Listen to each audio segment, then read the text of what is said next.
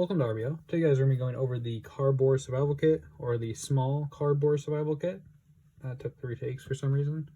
But yeah, this is a small box, no labels, no branding, nothing. So I thought it would make a cool survival kit. Pop this open. Right on top, we got our cordage, some 550 paracord.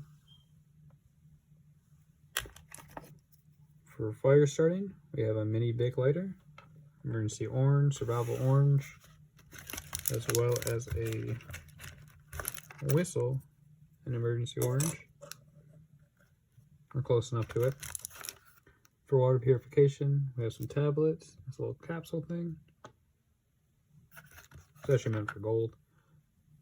Gear repair, fire starting, first aid, duct tape, good amount of it. Some basic hygiene, we have some water activated towelettes.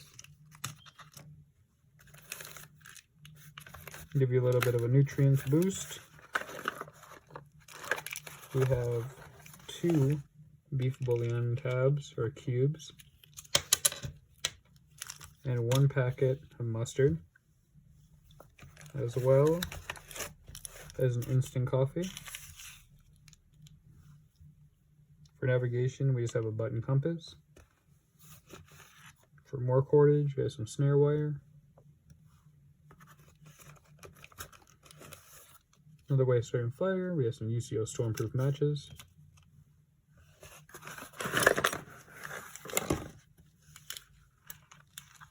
As well as a ferro rod, full ferro. That's one of my favorite. I think it's a Coggins. Yeah, it's a Coggins.